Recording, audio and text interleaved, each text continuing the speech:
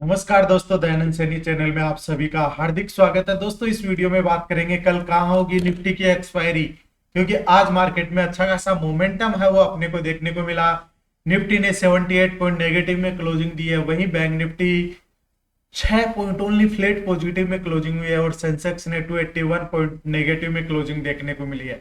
Nifty ने 24,226 का high low लगाया, वहीं 24,360 का हाई।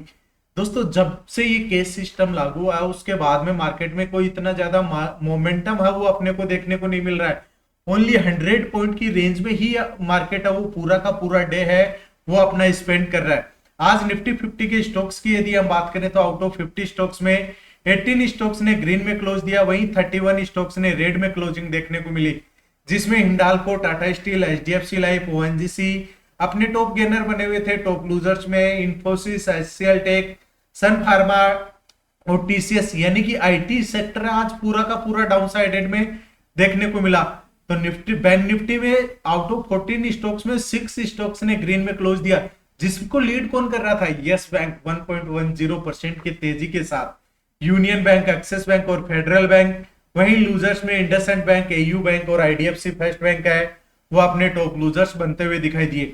दोस्तों, कल एक्सपायरी है और एक्सपायरी में मार्केट में मोमेंटम है वो दोनों साइड का होता है, यानी कि कॉल राइटर का भी पैसा बनेगा और पुट राइटर का भी पैसा बनेगा। यानी मार्केट में जब मोमेंटम दोनों साइड होगा और एक्सपायरी वाले दिन क्या होता है कि जो जो भी हम कॉन्ट्रैक्ट है वो बाय करते हैं उसको उसके एक्चुअल प्राइस पे आना होता है।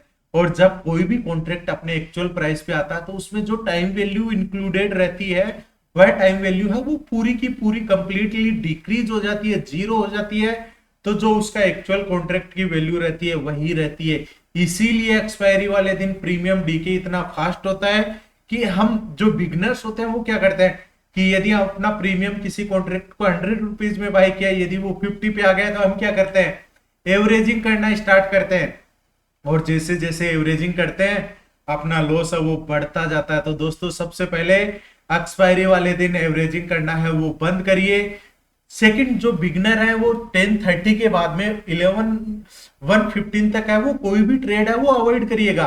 और मैं तो यहां तक बोलूंगा आपको कि यदि आप फ्रेशर हैं, 6 मंथ से भी कम एक्सपीरियंस है आपको, यदि आपको सेटअप का पता नहीं है तो आप एक्सपायरी वाले दिन एक्सपायरी में ट्रेड ही मत करिएगा, नेक्स्ट एक्सपायरी में ट्रेड करिएगा, ताकि आपको उसमें मोमेंटम है वो देखने को मिले और जो आप यहाँ पर लॉस है वो कम से कम आपको देखने को मिले।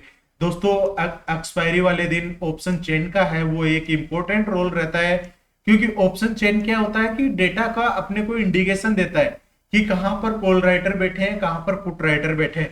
उससे अपने को अंदाजा लगता है कि मार्केट है वो किस साइड में जाने वाला है। पुट राइटर क्या करता है? अपने पुट राइटर का डेटा अपने लिए एज ए सपोर्ट का डेटा रहता है और कॉल राइटर का डेटा एज ए रेजिस्टेंस का डेटा रहता है। तो पुट राइटर में अपने को यदि ओपन इंटरेस्ट की बात करें तो 24,300 पे हेवी पुट राइटिंग है, यानी 24,300 का लेवल है वो अपने लिए इंपोर्टेंट सपोर्ट बना, और उसको भी यदि ब्रेक डाउन करता है तो फिर 24,200 और 24,100 उससे भी नीचे है, 24,000 पे अच्छी खासी ओपन कॉन्ट्रैक्ट ओपन है। अब ये डेटा क्या करता है? जब भी अपनी ओपनिंग होती है तो ओपनिंग के अकॉर्डिंग कॉल राइटर और पुट राइटर अपनी पोजीशन है वो शिफ्ट कर लेते हैं। यदि कल डाउन साइडेड में पोजीशन ओपन होती है और यहाँ पर ये डेटा है 24,000 पे चला जाता है तो फिर 24,000 का लेवल है वह अपने लिए एक बेस बन जाएगा। अबव साइड की बात करें तो 24,400 का लेवल है वो अच्छा खासा रेजिस्टेंस लेवल बना हुआ है। तो मार्केट के डेटा के यदि देखें तो कल का डेटा है वो रेंज बाउंड की तरफ में इंडिकेशन ज्यादा कर रहा है कि मार्केट 24,200 से 24,400 या 24,300 से 24,400 के बीच में भी अपना टाइम है वो स्पेंड कर सकता है। तो दोस्तों, जब तक अपने पास क्लियर ब्रेकआउट या ब्रेकडाउन नहीं हो तब तक आप कोई भी पोजीशन है वो लेने से अवॉइड करिएगा। आज देखिए, यदि फर्स्ट 5 मिनट का क्या हुआ, मार्केट ने रेजिस्टेंस बना लिया था और अबव बिलो है वो सपोर्ट बन गया था। मार्केट यहाँ पर सपोर्ट लेने की कोशिश कर रहा था, पर अबव की साइड में यदि इसके ऊपर एक कैंडल बन जाती, क्योंकि यहाँ पर बॉडी का क्या था? क्लोजिंग था। अब क्लोजिंग के ऊपर इसके एक बन जाती तो अपने को यहाँ पर अबव साइड की तरफ में मोमेंटम देखने को मिलता, पर यहाँ पर क्या हुआ? स्पिनिंग कैंडल बनी और डाउन साइडेड में मार्केट आया और 24,230 का लेवल का ये एक सपोर्ट बनाया। यहाँ पर continuously hammer, inverted hammer, bullish engulfing candle बनी मार्केट ने उनका एक्टिवेशन किया और अबाव की साइड में अच्छा खासा चला, और यहाँ पर सेकेंड में क्या हुआ, कोई भी अच्छा खासा मोमेंटम नहीं हुआ, और आज क्लोजिंग कहां पर हुई, जो फर्स्ट 5 मिनट का लो था उसी लेवल पर 24,287 पे अपनी क्लोजिंग है वो देखने को मिली है। दोस्तों यदि कल के लिए कोई भी पोजीशन आपने कैरी फॉरवर्ड की है तो आप कमेंट बॉक्स में कमेंट करके बता सकते हैं। यदि हम सपोर्ट और रेजिस्टेंस की बात करें तो निफ्टी के लिए 24,287 का लेवल है वह एज ए रेजिस्टेंस लेवल बना हुआ है। 24,287 आज की क्लोजिंग हुई है, 24,360 का लेवल है वह कल के लिए एक रेजिस्टेंस लेवल बना हुआ है। यदि गैप अप ओपनिंग होता है और इसको सस्टेन करके अबव की साइड में चलेगा तो फिर मार्केट में पॉजिटिविटी है वो आती हुई देखने को मिलेगी। और डाउन साइडेड की बात करें तो 24,233 के नीचे चलता है, यहां से ब्रेकडाउन हो जाता है, तब मार्केट में वीकनेस आती हुई देखने को मिल सकती है, जिसमें फर्स्ट सपोर्ट रहेगा 24,186, सेकंड सपोर्ट रहेगा 24,151, और वहां से भी यदि ब्रेक डाउन होता है तो 24,111 का लेवल है वह निफ्टी के लिए एज ए इंपॉर्टेंट सपोर्ट की तरह रिएक्ट करेगा। अबव साइड की रेजिस्टेंस की बात करें तो देखिए 24,396 का लेवल एक इंपॉर्टेंट रेजिस्टेंस है, क्योंकि प्रीवियस यस्टरडे का हाई है, उससे पहले का भी हाई है, और 13 तारीख का 24,428। तो मार्केट यदि ब्रेकआउट करेगा तो 24,428 का लेवल है वो एक इंपॉर्टेंट ट्रिगर रहेगा। जब तक उसको ब्रेकआउट नहीं करता तब तक कोई भी निफ्टी में पॉजिटिविटी आती हुई दोस्तों अपने को देखने को नहीं मिलेगी। यदि बात करते हैं सेंसेक्स की, सेंसेक्स ने भी क्या किया है, सेम निफ्टी के पैटर्न को फॉलो किया, डाउन साइडेड आया, अपर आया, और यहाँ पर जो 5 मिनट की बॉडी थी उसके आसपास क्लोजिंग दी है। तो इसके भी सपोर्ट और रेजिस्टेंस की बात करें, अब कल 77,919 200 पॉइंट के ऊपर हम रेजिस्टेंस जिसको बोल सकते हैं, क्योंकि आज का हाई है उसका ब्रेकआउट होता है तभी मार्केट में पॉजिटिविटी आती हुई देखने को मिलेगी। और 77,624 का लेवल है वह निफ्टी सेंसेक्स के लिए इंपॉर्टेंट सपोर्ट रहेगा।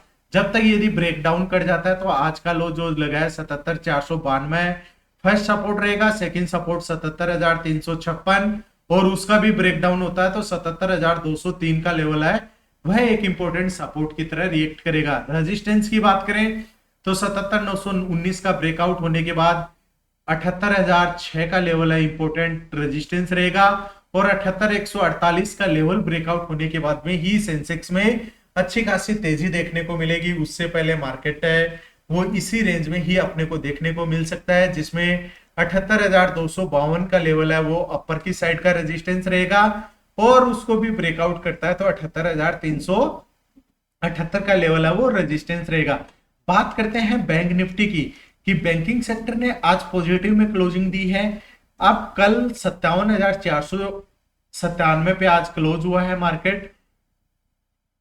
यदि अबाउ साइड के रेजिस्टेंस की बात करें तो 57,581 का लेवल बैंक निफ्टी ब्रेकआउट कर जाता है, उसको सस्टेन करता है तो फिर अबाउ की साइड का मोमेंटम आता हुआ नजर आ सकता है, जिसमें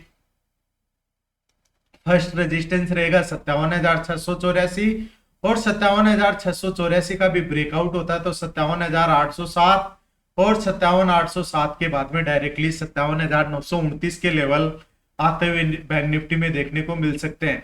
डाउन ट्रेंड की यदि हम बात करें तो 57,339 का लेवल बैंक निफ्टी के लिए इंपॉर्टेंट सपोर्ट रहेगा। जब तक इस लेवल का ब्रेकडाउन नहीं होता तब तक कोई भी बैंक निफ्टी में वीकनेस आती हुई नहीं दिखाई देगी। यदि वहां से मार्केट चलता है तो 57,213, और सेकंड सपोर्ट रहेगा 57,052, और उसका भी यदि ब्रेक डाउन हो जाता है तो फिर 56,922 तक के लेवल्स आते हुए नजर आ सकते हैं। दोस्तों यदि वीडियो अच्छा लगा हो तो लाइक कीजिए, शेयर कीजिए, सब्सक्राइब कीजिए। धन्यवाद दोस्तों, जय हिंद, जय भारत।